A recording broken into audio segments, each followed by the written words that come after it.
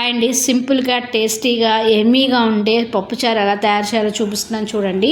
ముందుగా ఒక కడాయి పెట్టుకుని దానిలో 3 స్పూన్లు నూనె వేసుకొని దానిలో పావు చెంచా మెంతులు, అర చెంచా జీలకర్ర, 1 చెంచా ఆవాలు వేసి అవి చిటపటలాడిన తర్వాత ఇంగువ వేసుకొని అల్లం వెల్లుల్లిపాయ పేస్ట్ వేసుకొని పచ్చివాసన పోయే వరకు వేయించుకున్న తర్వాత కూరగాయ ముక్కలు మీకు ఏది ఇష్టమైతే ఆ కూరగాయ ముక్కలు తీసుకొని వేసుకోండి పప్పుచారులో. ఇక్కడ నేను చిలకడదుంప, సొరకాయ, పచ్చిమిర్చి, ఉల్లికాడలు, టమాటా వేసానండి.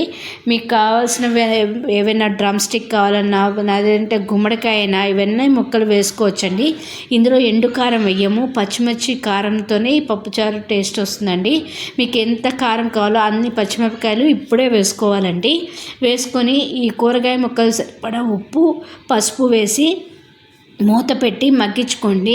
70-80% కుక్ అయిన తర్వాత ఇప్పుడు సపోజ్ మీరు ఇద్దరికి పప్పుచారు చేసుకుంటున్నారనుకోండి, దానికి 3 గ్లాసులు నీళ్లు పోయండి. 3 గ్లాసులు నీళ్లు పోసిన తర్వాత అది మరిగెత్తున్నప్పుడు మనం ఉడికించుకున్న చిన్న గ్లాస్ పప్పు ఉడికించుకున్నది ఆ పప్పు కూడా ఇందులో వేసుకొని తర్వాత చింతపండు రసం, నిమ్మకాయ సజంత చింతపండు తీసుకొని దాని రసం తీసి అది పోయండి. పోసిన తర్వాత కొంచెం చిటికెడు అంత బెల్లం వేయండి. బెల్లం వేస్తే మనకి చింతపండు, కారం, ఉప్పు అనేవి చక్కగా సరిపడతాయండి.